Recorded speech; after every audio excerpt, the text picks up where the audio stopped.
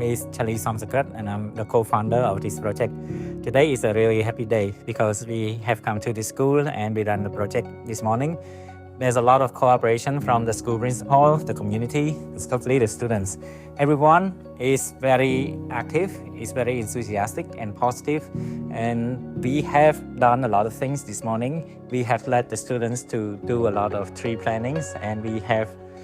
teach them about personal finance. So I feel that this has given us a lot of courage and encouragement to go forward, and we hope to implement this project in other provinces in the next future.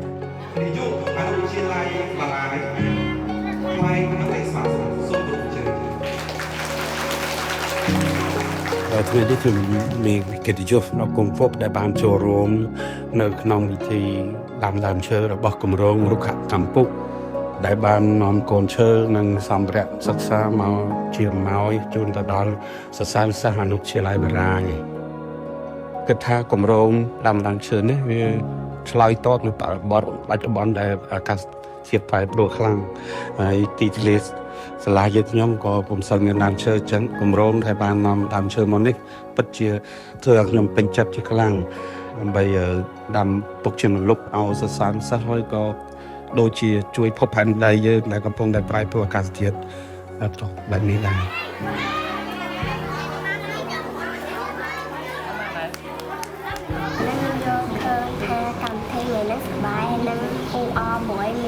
ឧបត្ថម្ភដល់សិក្សានិងជួយផលប្រយោជន៍ឲ្យដើមឈើជាច្រើន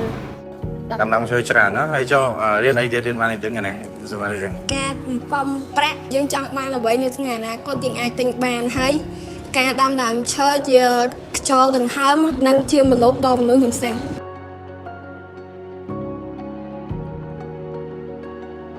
ខ្ញុំឈ្មោះហេសេលីមថ្ងៃនេះខ្ញុំនឹងគ្រួសារខ្ញុំបានរំភើបរីករាយvàមានជាអំណោយបន្តិចតួចចូលរួមជាមួយនឹងក្រុមរុក្ខកម្មពុចែកជូនដល់សិស្សសាលានៅសាលាកម្មសិក្សាបារាយនិងអនុវិទ្យាល័យបារាយហើយដែលបានឃើញសិស្សសាលានៅនេះខ្ញុំសប្បាយរីករាយណាស់ខ្ញុំឈ្មោះមានវិសាខ្ញុំមកពីខាងវិស័យ MEP Engineer នេះជាលើកទី1ដែលខ្ញុំបានចូលរួមកម្មវិធីតាក់ទងជាមួយនឹងការសម្រាប់រុក្ខកម្មប្រពុះខ្ញុំឃើញសិស្សានុសិស្សនៅទីនេះគាត់មានភាពសាមគ្គីគ្នាក្នុងការដាំដើមឈើហើយជួយចែករំលែកការសន្សំចៃអរិកាទៅកាន់សិស្សផ្សេងទៀតដើម្បីឲ្យគាត់មានកម្រិតក្នុងការជួយសន្សំចៃថវិកាឪពុកម្ដាយរបស់គាត់ដើម្បីអាចឲ្យ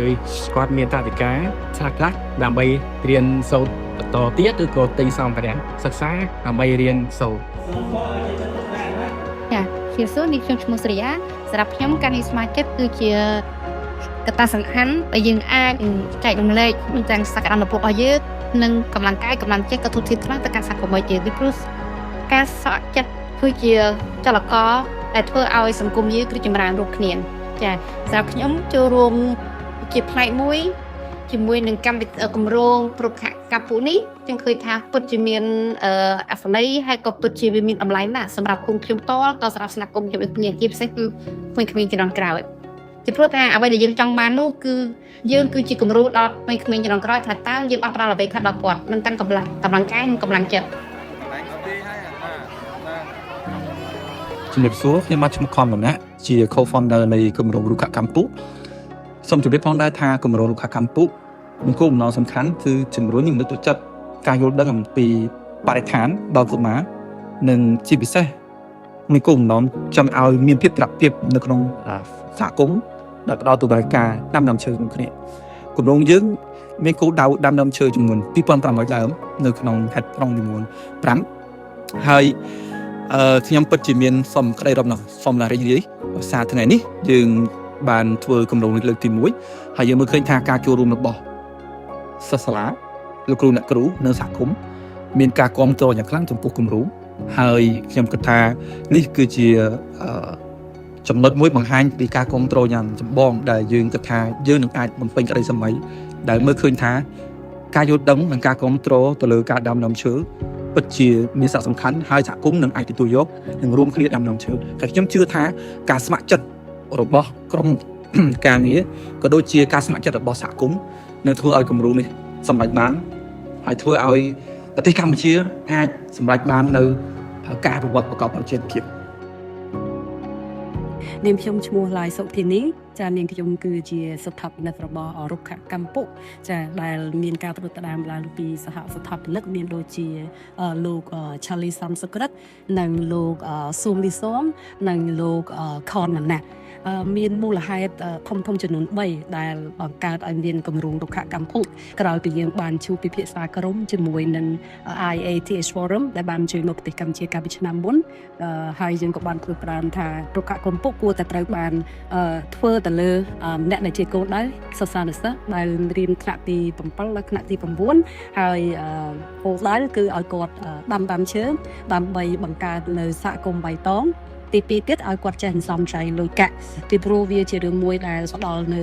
ចាអត្ថប្រយោជន៍ដល់គាត់ទោះបីគាត់នៅក្មេងៗប៉ុន្តែយើងចាប់ផ្ដើមអ្វី